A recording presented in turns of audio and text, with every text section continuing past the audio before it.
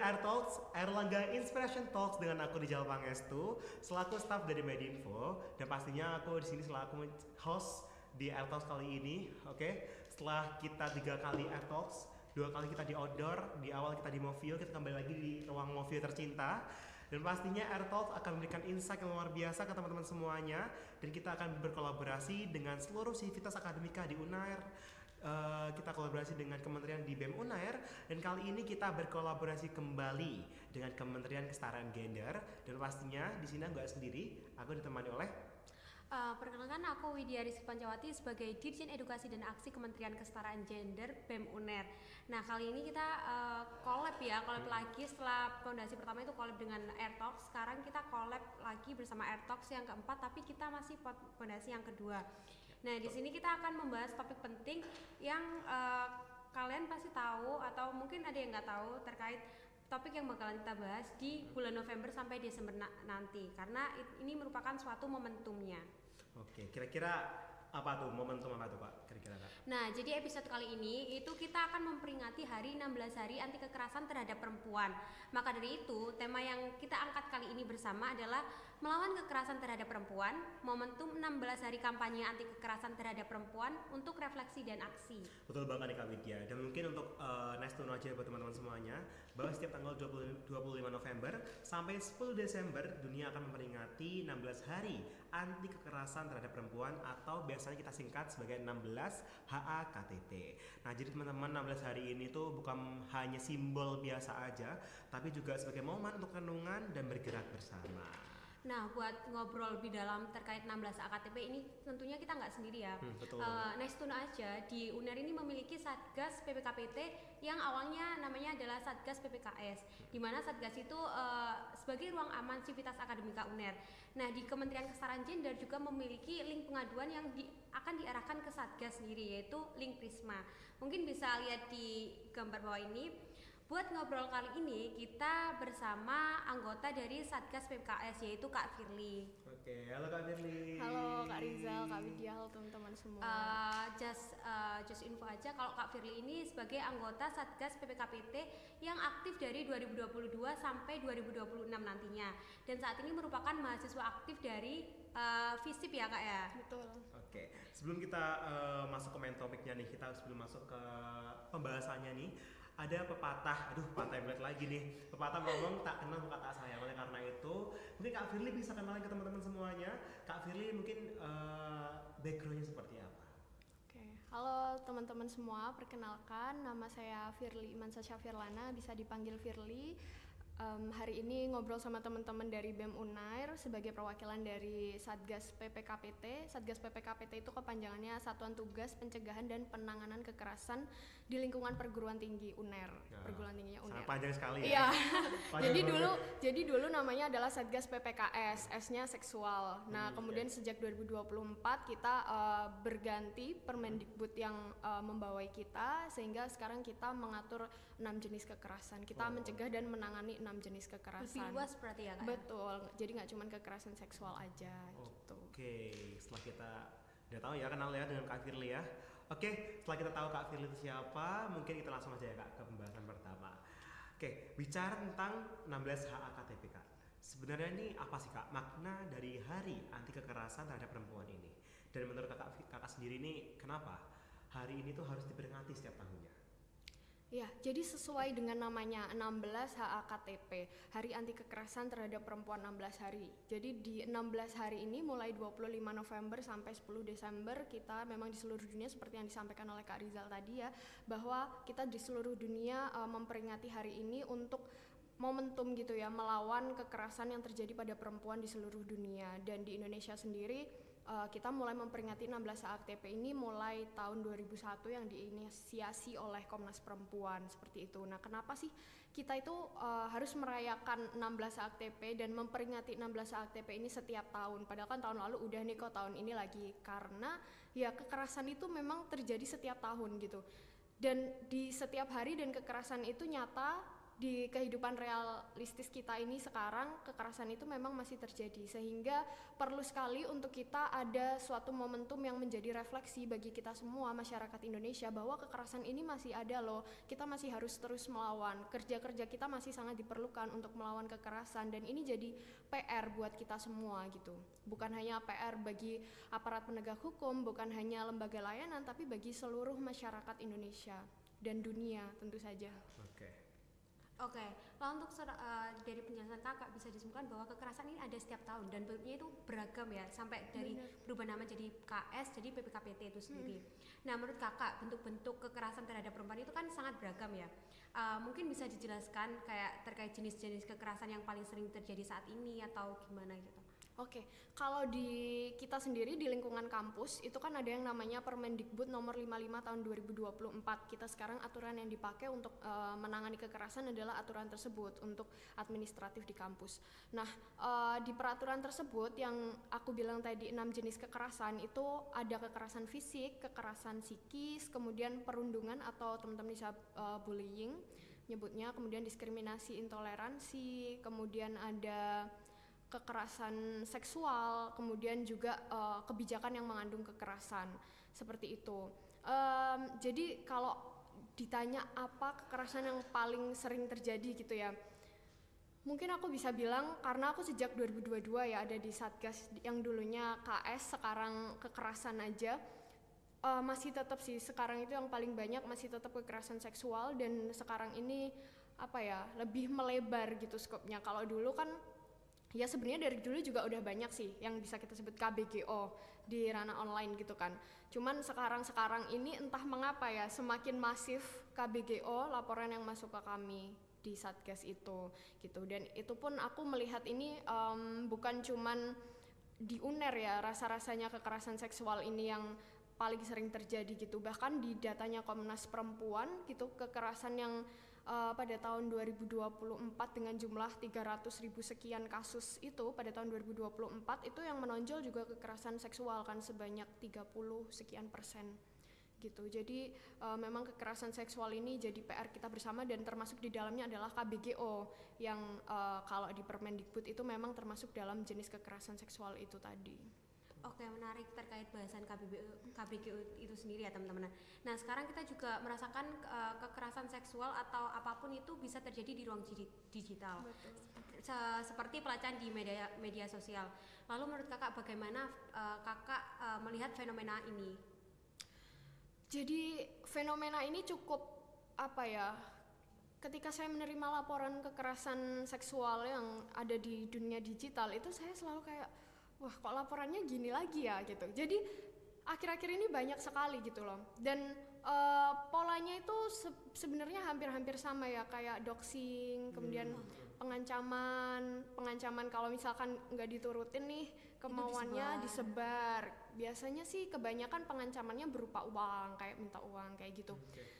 Kenapa hal ini marak terjadi? Sebenarnya ada banyak hal yang mendorong KBGO ini terjadi ya. Pertama adalah karena dari sisi pelakunya sendiri itu merasa karena ini kan cuman online, jadi dia lebih berani gitu loh, karena dia nggak harus menunjukkan dirinya dia siapa kan untuk mengancam itu. Karena banyak sekali kasus-kasus yang kita terima pengancamnya itu anonim, bahkan yang diancam itu nggak tahu gitu, walaupun setelah didalami mungkin ada praduga ini mungkin, tapi banyak sekali yang mengancamnya itu menggunakan akun-akun anonim seperti itu. Nah, hal-hal seperti itu kan dimungkinkan memang di media sosial gitu ya untuk kita pakai akun anonim, tapi ya itu ada dampak negatifnya di mana orang-orang ini jadi lebih berani untuk berbuat hal yang tidak semestinya ke orang lain gitu.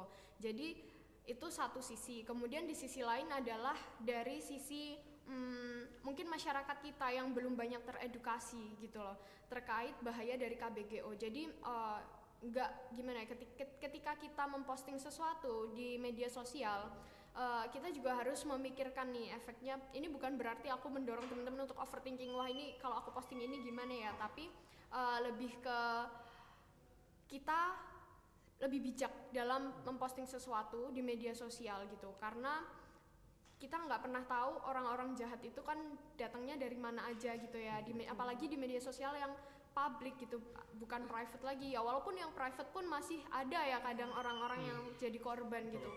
Tapi di media sosial yang publik itu mungkin akan lebih banyak dampaknya terhadap lebih banyak kemungkinan hal ini terjadi gitu. Kemudian juga banyak kalau teman-teman tahu lately itu dari ini anonim Telegram. Ya, itu banyak banget dari situ. Ternyata mereka itu kenapa latar belakangnya mereka bermain seperti itu, karena kesepian, karena nggak punya temen, karena mungkin kebanyakan sih mahasiswa baru ya, karena kan belum punya temen nih di kampus, jadi mereka kayak melampiaskannya dengan cari temen di anonim Telegram itu kan, kayak gitu. Nah itu banyak banget ternyata, nanti berteman ujung-ujungnya adalah minta ini, minta itu, minta foto ini dong, minta foto itu dong, nanti aku tukar pakai uang ini atau uang itu. Kenapa mereka mau? Kan kalau kita dalam kondisi baik-baik aja mungkin kayak mikir ya nggak mungkin mau dong gitu. Tapi yang perlu kita ingat adalah para korban ini pada saat itu tidak dalam kondisi yang baik-baik saja, tidak dalam kondisi yang normal gitu, rentan. Oleh karena itu mudah sekali bagi korban ini untuk terperdayai dari bujuk rayu pelaku gitu, dengan ya segala macam bujuk rayunya sehingga mau memberikan apa yang diminta oleh pelaku di media sosial seperti itu. Ya itu Telegram, terus setelah itu di Twitter atau X ya sekarang namanya, itu juga banyak. Jadi yang akhir-akhir ini yang banyak dari dua itu sih. Iya, kalau aku amati di UNER ini ya lately. Jadi ya mungkin ini bisa jadi pengingat juga untuk teman-teman di UNER supaya lebih aware sama hal-hal seperti itu, bahwa aplikasi yang anonim itu banyak sekali dampak negatifnya gitu. Oke Kak, bisa dari kita online ya Kak ya. Mungkin bisa kita ngelihat dari lapangan ya Kak. Banyak sekali kita ngelihat di TikTok maupun di Instagram, orang-orang itu mereka lebih nyaman untuk speak up secara online kayak gitu. Nah, tapi dari Kak Firly sendiri mungkin di pengalamannya selama 3 tahun di Satgas. Nah, Kak Firly mungkin pernah mengalami kayak ada korban yang sudah lama sekali dia mendapatkan hal seperti itu, kekerasan seperti itu, tapi dia baru lapor 3 tahun kemudian. Mungkin lapornya udah lama banget, lapornya kayak nunggu lama banget gitu, kayak dia ngumpulin nyawa dulu, kayak ngumpulin keberanian dulu. Nah, dari Kak Firly sendiri ini kenapa banyak korban yang istilahnya dia tuh masih takut untuk melapor, atau mungkin dia tuh mau melapor tapi ada yang menghalangi dia kayak gitu. Padahal kan kalau kita ngelapor ya memang ada faktor psikologis ya Kak ya. Tapi mungkin kalau emang mau melapor, insya Allah kan pasti bakal dibantu sama yang kita gitu kan Kak. Nah, dari Kak sendiri kenapa banyak yang masih takut untuk melapor? Oke, kalau konteksnya adalah di kampus, kasus-kasus yang ada di kampus di UNER ini, kenapa korban itu ada seperti yang dibilang Kak Rizal tadi, ada yang sudah kejadiannya setahun atau kayak 7 bulan, berapa tahun gitu baru lapor, bahkan yang kayak trauma di masa kecilnya itu baru melapor. Karena ada banyak hal sih, dan itu tuh menyangkut banyak hal yang struktural juga, seperti misalkan korban itu yang pertama baru melapor karena baru tahu misalkan, jadi belum teredukasi, jadi baru tahu. Ada juga yang bilang kayak, oh saya baru tahu ternyata di UNER itu ada satgas yang menangani kasus-kasus kekerasan seperti itu. Kemudian yang kedua karena takut seperti yang saya bilang tadi di awal, bahwa di masyarakat kita masih banyak sekali mental victim blaming, yang mana itu menyebabkan korban itu takut untuk speak up, untuk melapor, karena walaupun kita sekarang mungkin mikirnya di teman-teman mahasiswa nggak mungkin lah kita nyalain korban kekerasan, masa kita nyalain korban kekerasan, tapi faktanya memang masih ada yang seperti itu gitu. Dan ini jadi PR kita bersama sih untuk terus mengedukasi gitu ya. Masih banyak yang kayak laporan kayak gitu aja kok dimasukin ke Satgas sih, kan bisa diselesaikan internal kita aja gitu. Misalkan kalau di BEM mungkin kan bisa diselesaikan internal kita aja, atau di HIMA, atau ya di organisasi-organisasi lain diselesaikan internal aja, nggak usah dibawa sampai ke Satgas. Itu yang bikin korban itu takut. Kemudian juga ada kenapa kok baru lapor, karena takut dengan pelakunya, karena misalkan ada relasi kuasa gitu ya dari pelakunya kepada korban ini, entah pelakunya dari dosennya atau dari kakak tingkatnya atau dari orang-orang yang punya kuasa lebih besar daripada si korban ini. Jadi ketika dia melapor, dia dapat tekanan yang lebih besar karena yang dilaporkan ini adalah orang yang kuasanya lebih tinggi dari dia dan bisa mempengaruhi, misal kalau dosen mempengaruhi nilainya, kakak tingkatnya misalkan mempengaruhi kelulusan jur, ospek kayak gitu kan. Itu kan banyak juga yang terjadi. Jadi ya hal-hal seperti itu. Kemudian mungkin bingung juga gitu loh ketika mau melapor ke ranah hukum gitu ya. Ternyata seperti yang kita tahu ini juga masih jadi PR buat kita semua gitu ya, bahwa nggak mudah gitu untuk melaporkan kasus kekerasan yang terjadi ini ke ranah hukum, karena ya itu tadi masih banyak aparat penegak hukum yang masih belum memiliki perspektif korban dalam respon laporan-laporan yang masuk. Nah seperti itu juga yang jadi melatar belakangi korban itu takut untuk melapor, karena memang nggak sedikit korban-korban itu yang sebenarnya kasusnya itu dia pengen nih bawa ke ranah hukum, tapi ya itu karena mempertimbangkan respon, kemudian waktu yang harus disediakan untuk mengurusi hal-hal seperti itu kan panjang ya gitu. Biasanya memang kita kasih pengertian dulu di awal bahwa ini nanti kalau misalkan melapor ke ranah hukum akan seperti ini gitu. Ya itu masih jadi PR kita semuanya lah ya, dan juga aparat penegak hukum di Indonesia untuk lebih berperspektif korban dalam merespon laporan-laporan. Karena nggak jarang berakhir cabut laporan karena direspon kayak kurang enak gitu kurang ya enak, bener, kurang memihak kayak pada korban. Kamu kok mau sih kayak gitu, misalnya kayak gitu, respon-respon yang seperti itu yang tidak berperspektif korban. Jadi bisa disimpulkan bahwa korban ini nggak melapor atau melapornya itu lama karena memang ada beberapa faktor yang menghantui korban untuk melapor gitu ya. Nah dalam 16 hari anti kampanye ini itu kan untuk anti kekerasan ini itu untuk menghapus kekerasan khususnya terhadap perempuan ya kak ya. Nah menurut kakak sendiri nih melalui pengalaman yang kakak punya, menurut kakak bentuk aksi nyata apa yang bisa dilakukan masyarakat untuk memperingati 16 AKTP ini sendiri? Sebenarnya banyak sekali yang bisa dilakukan oleh masyarakat ya, entah itu dari kita sebagai mahasiswa, kemudian dari LSM, dari masyarakat umum gitu ya, banyak sekali yang bisa kita lakukan. Salah satunya yang menurutku paling dasar adalah yang pertama mengedukasi diri sih. Itu mengedukasi diri bahwa kekerasan itu nyata loh, ada terjadi. Kemudian ketika ada korban yang kita tahu gitu ya, korban kekerasan, yang pertama kita lakukan adalah support korbannya. Walaupun nanti gini, jadi ketika kita menerima laporan itu kita jangan langsung kayak beneran nggak sih ini gitu. Itu juga berlaku ke masyarakat umum ya, bukan hanya lembaga yang menerima laporan gitu, tapi kayak masyarakat umum. Ketika kita tahu ada korban, yang pertama kita lakukan adalah mendukung korban tersebut untuk mendapatkan keadilan. Biarkan nanti proses itu yang berjalan, yang membuktikan sebenarnya laporan ini benar atau enggak, kalau memang dari awal kita ragu atas laporan tersebut. Tapi yang pertama kita lakukan adalah memihak korban.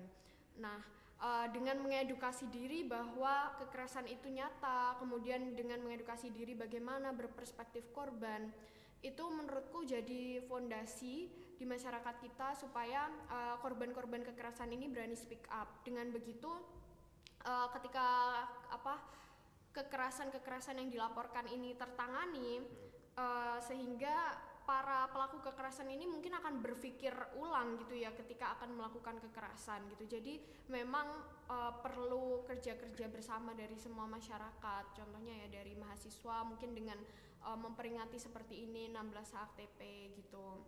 Seperti sesuai dengan tema 16 AKTP yang diusung oleh Komnas Perempuan tahun ini.